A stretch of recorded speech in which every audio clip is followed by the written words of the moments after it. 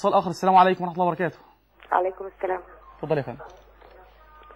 لو سمحت حضرتك انا كنت عايز اسال حضرتك قبل ما تساليني حضرتك عايز اسال حضرتك سؤال ممكن؟ يا ريت حضرتك بس تفضل التلفزيون لو سمحت. حاضر. عاوز اطرح على حضرتك السؤال الاول قبل ما حضرتك تساليني. اتفضل. ايه رايك في فكره البرنامج؟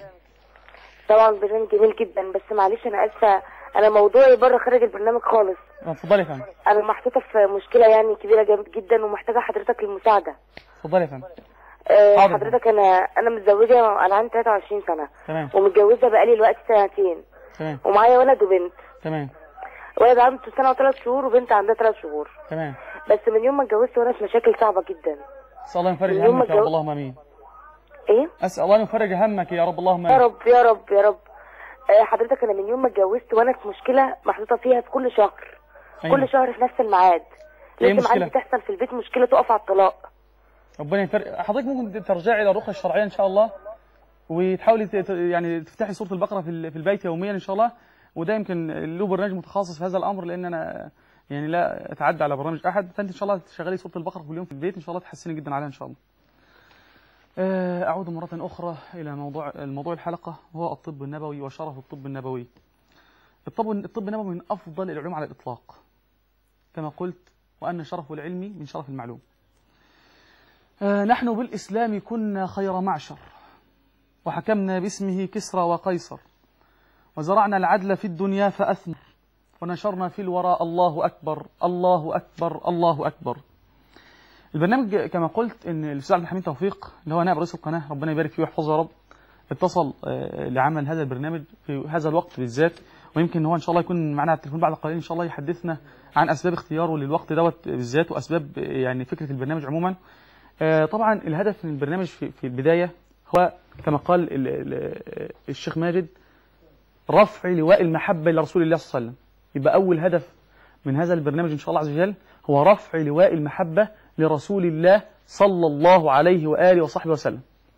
2 إحياء سنة خير البرية صلى الله عليه وآله وصحبه وسلم. 3 وقف لرسول الله، وقف لرسول الله، وقف لرسول الله، وقف لرسول الله صلى الله عليه وسلم. رقم 4 إعادة الثقة في طب رسول الله صلى الله عليه وسلم بعدما أساء إليه بعض محب الدنيا الذين يتاجرون به بالإعلانات وما إلى ذلك. ناخذ اتصال آخر. السلام عليكم ورحمة الله وبركاته. السلام عليكم. سلام. اتفضل يا حبيبي. وعليكم السلام ورحمة الله وبركاته. ازيك يا دكتور؟ ربنا يحفظكم ويبارك فيكم يا أخي الحبيب. ازيك يا بيه؟ ربنا يسعدك في الدنيا والآخرة يا رب اللهم آمين. ربنا يكرمك ويخليك لنا. اللهم آمين يا رب الله يبارك فيك. أنا عندي حالتين 2 عاوز أقول لسيادتك عليهم. خادمك وتحت أمرك. الله يخليك، الله يكرمك. اللهم آمين. الحالة الأولانية عندي بنت متجوزة عندها 30 سنة. 30 سنة. عندها حساسية على الصدر. هقول لحضرتك على الحاجة الحساسية إن شاء الله دلوقتي. طب بس أقول لسيادتك حاجة. الثانية بقى. الثانية. الثانية وطي التلفزيون يا حاج بعد إذنك. وطي خالص يا بيه، وطي يا بنت. طيب أول حاجة إن بنتك عندها حساسية على الصدر وعندها 30 سنة. عندها حساسية على الصدر. هقول لك على حاجة دلوقتي إن شاء الله بعد ما تقول السؤال الثاني. السؤال الثاني. طيب. السؤال الثاني يا حاج. السؤال الثاني. اتفضل يا حاج. الثانية عندها حساسية غريبة جدا، إن إيديها بيطلع فيها هرش عندما تحطها في مية أو تطلع في الساقع. ده سهل إن شاء الله برضه أضحك على حاجة بإذن الله عز وجل. الأول يا حاج حضرتك منين؟ السلام عليكم. للأسف اتصال قطع. أما إن شاء الله هنرد عليك بإذن الله. كما قلت ناخد اتصال آخر. السلام عليكم ورحمة الله وبركاته. وعليكم السلام ورحمة الله وبركاته. يا مرحبا يا شيخ طاهر. ازي حضرتك يا دكتور؟ ربنا يحفظكم ويبارك فيكم يا حبيبي. وحيي حضرتك يا دكتور على هذا الموضوع الرائع الممتع. ربنا يحفظكم ويبارك فيكم يا اخي اللهم امين. واود من خلال هذا البرنامج يا دكتور ان اقول يعني بعض الكلمات المرتبة على شكل ابيات في صلب هذا الموضوع. ربنا اسمح لي يا دكتور. اتفضل يا اخي الحبيب.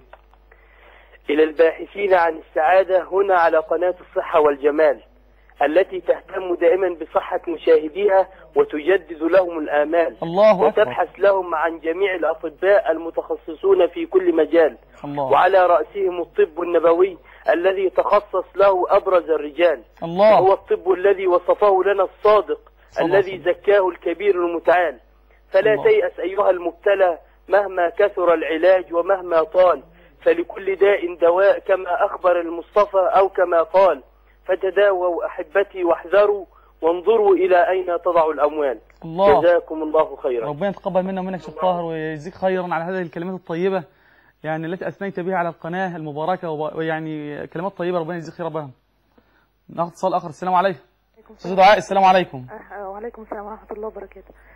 لو سمحت يا دكتور أنا كنت عايزة وصفة للورم الليفي. ورم ليفي. السؤال ده متكرر كتير جدا. سنة حضرتك كام سنة؟ 30. 30 سنة؟ اه. متجوزة بقالك كام سنة؟ 2.5 سنين كده. متزوجة بقالك كام سنة؟ 2.5 سنين. 2.5 سنين. حاضر يا أستاذ. ده حجم الورم قد إيه لو سمحت؟ يعني 10 في 12 كبير يعني. ياه. أنا هقول لحضرتك على حاجة النهارده إن شاء الله، أبشري وادعي لنا بس إن شاء الله. أستاذ دعاء. طيب الصوت خالص. إيه رأي حضرتك في فكرة البرنامج النهارده؟ طبعا حاجة ممتازة جدا يعني إن احنا نحيي سنة النبي عليه الصلاة والسلام. عليه الصلاة والسلام. وإن احنا نرجع للطب النبوي. طيب أنا ببشرك إن شاء الله بعد كام حلقة إن شاء الله تتصل بيا وتقول إن الورم متحسن جدا وتدعي لنا إن شاء الله عز وجل. أبشروا إن شاء الله.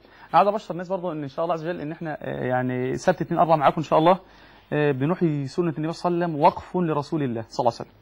تحت لواء وقف لرسول الله، وقف لحبيب الله. كما قلت أن كما قال الأستاذ طاهر ربنا يحفظه رب، يمكن هو أجمل كل ما أريد أن احنا همنا في هذا البرنامج هو رجوع البسمة لوجوه المسلمين. 2 دي رقم 6. رقم 7 نثبت للعالم كله فضل وعظمة حبيبنا المصطفى صلى الله عليه وآله وصحبه وسلم. كما قلت أن فكرة البرنامج فكرة طيبة تقوم على إن شاء الله على سعادة المسلمين. فأقول أن هذا البرنامج بفضل الله عز وجل بشرة وفرحة. اتصال آخر. السلام عليكم أم أحمد. عليكم السلام ورحمة الله وبركاته. اتفضلي يا أم أحمد. ازيك يا دكتور؟ ربنا يحفظك. أنا عندي بنت عندها الذئبة الحمراء. سنها كام سنة؟ 21. متزوجة؟ لا. 21 سنة. أيوه. طيب إيه رأي حضرتك في فكرة البرنامج النهاردة إن شاء الله؟ برنامج مفيد وقايم طبعا. طيب نقول وقف لرسول الله عليه الصلاة والسلام صلى الله عليه وسلم. أبشري يا محمد إن شاء الله.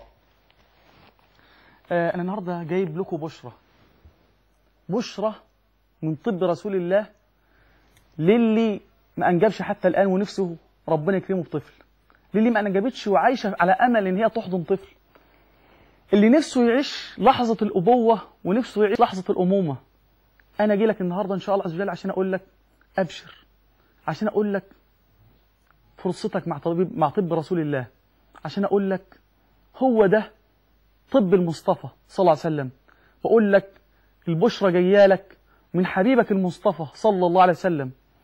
الناس اللي عندها أطفال عندها كهرباء زيادة في المخ، بقول لك أبشر، حبيبك المصطفى جايب لك الهدية وبيخبط عليك ويقول لك هو ده الدواء، وأبشر إن شاء الله.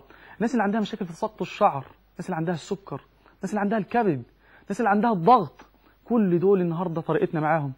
المرض اللي تفشى جدا جدا فيروس سي وبي، أبشروا أبشروا أبشروا إن شاء الله مع طب رسول الله صلى الله عليه وسلم. البشرى ليك إن شاء الله عز وجل.